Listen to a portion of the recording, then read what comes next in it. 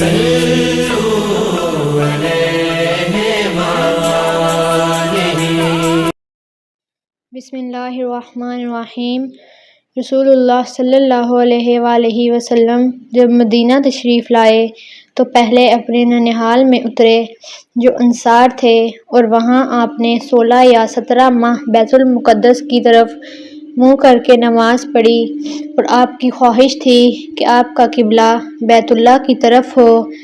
جب بیت اللہ کی طرف نماز پڑھنے کا حکم ہو گیا تو سب سے پہلی نماز جو آپ نے بیت اللہ کی طرف پڑھی عصر کی نماز تھی۔ وہاں آپ صلی اللہ علیہ وآلہ وسلم کے ساتھ لوگوں نے بھی نماز پڑھی۔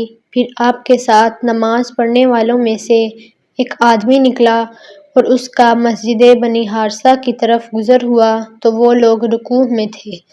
وہ بولا کہ میں اللہ کی گواہی دیتا ہوں کہ میں نے رسول اللہ صلی اللہ علیہ وآلہ وسلم کے ساتھ مکہ کی طرف منہ کر کے نماز پڑھی ہے۔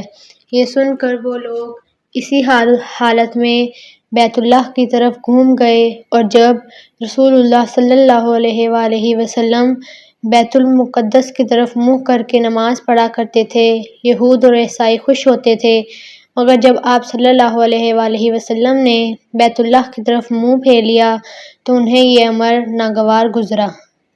ظہیر کہتے ہیں کہ ہم سے ابو اسحاق نے براہ سے یہ حدیث بھی نقل کی ہے کہ قبلہ کی تبدیلی سے پہلے کچھ مسلمان انتقال کر چکے تھے، تو ہمیں یہ معلوم نہ ہو سکا کہ ان کی نمازوں کے بارے میں کیا کہیں۔ تب اللہ نے یہ آیت نازل کی، وَمَا كَانَ اللَّهُ لِيُضِيعَ إِيمَانَكُمْ۔ سورۃ بقرہ آیت نمبر 143۔ صحیح بخاری حدیث نمبر 40۔